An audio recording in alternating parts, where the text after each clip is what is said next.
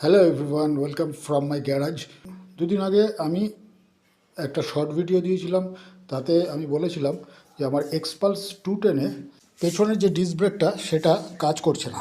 আমি ভিডিওটা দেওয়ার ফলে হিরো মোটোকর্প থেকে আমাকে মেসেজ করে, তাতে বলে যে খুব তাড়াতাড়ি আপনার সাথে যোগাযোগ আমরা করতে চাইছি।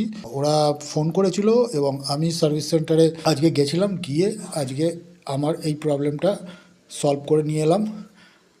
একটাও পয়সা লাগেনি, ওয়ারেন্টির মধ্যে হয়েছে। এই যে কন্টেনারটা দেখতে পাচ্ছ, কন্টেনার সমেত যে মাস্টার সিলিন্ডারটা, সেটা ওরা পাল্টে দিয়েছে। ওরা বলল যে এটার মধ্যে একটা রাবার কিট থাকে, সেই রাবার কিটটা সম্ভবত কোনোভাবে লিকেজ হয়েছিল, তার ফলে সব অয়েল বেরিয়ে চলে যায় আর আমার ব্রেকও কাজ করে না। এটা আমি ইউটিউবে আরও দু একজনের দেখেছি প্রবলেমটা হয়েছে, কিন্তু সবার হয়নি। তো এটা সেরকম কোনো বড় ইস্যু না। এখন আমার ব্রেক সুন্দর কাজ করছে। এখন আমি আমার বাইকটাকে নিয়ে এসেছি সার্ভিস সেন্টার থেকে।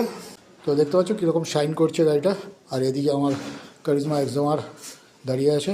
আমার এই প্রবলেম সলভ হওয়াতে আমি খুবই আনন্দিত।